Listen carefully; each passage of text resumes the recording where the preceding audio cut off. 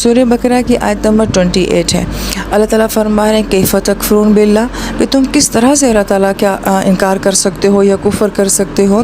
وکنتم امواتا، جبکہ تم مردہ تھے، فاحیاکم، پس ہم نے تمہیں زندہ کیا، ثم پھر یمیتکم، وہ تمہیں موت دے گا، ثم پھر یحییکم، وہ تمہیں پھر زندہ کرے گا، ثم پھر الیہ ترجعون، تم اس کی طرف لوٹائے جاؤ گے۔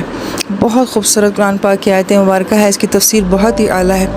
ترجمے میں یہ بات دیکھیں کہ اس آیت مبارکہ میں کتنی مرتبہ جو ہے وہ زندگی کا ذکر کیا گیا ہے، تو 2 زندگیوں کا ذکر کیا گیا ہے، اور موت کا تذکرہ کتنی مرتبہ آ رہا ہے، وہ بھی 2 مرتبہ آ رہا ہے۔ مگر غور طلب بات یہ ہے کہ وکنتم امواتا، تم مردہ تھے، پھر ہم نے تمہیں زندہ کیا، تو مردہ ہونے کے لیے زندہ ہونا ضروری ہے، اور اس کا مطلب ہے کہ اس پہلی موت سے پہلے بھی انسان کی کوئی زندگی تھی جس کی وجہ سے اس کو پھر موت دی گئی تھی، اور پھر دوبارہ اس کو دنیا میں زندہ کیا گیا ہے۔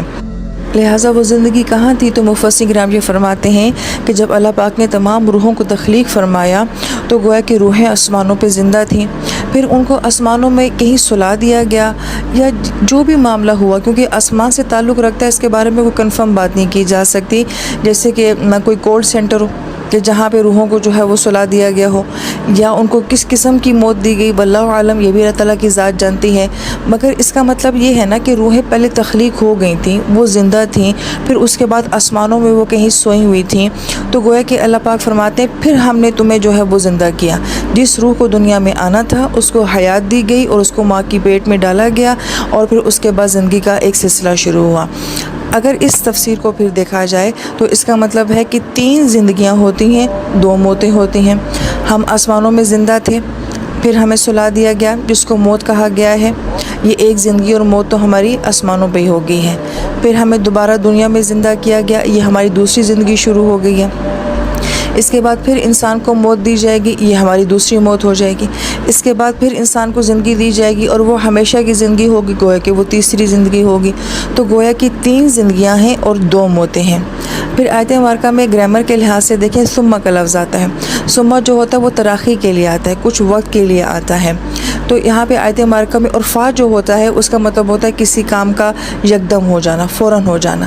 تو اللہ پاک فرماتے ہیں امواتن، تم مردہ تھے، فاحیاکم، پس ہم نے تمہیں یکدم زندہ کر دیا۔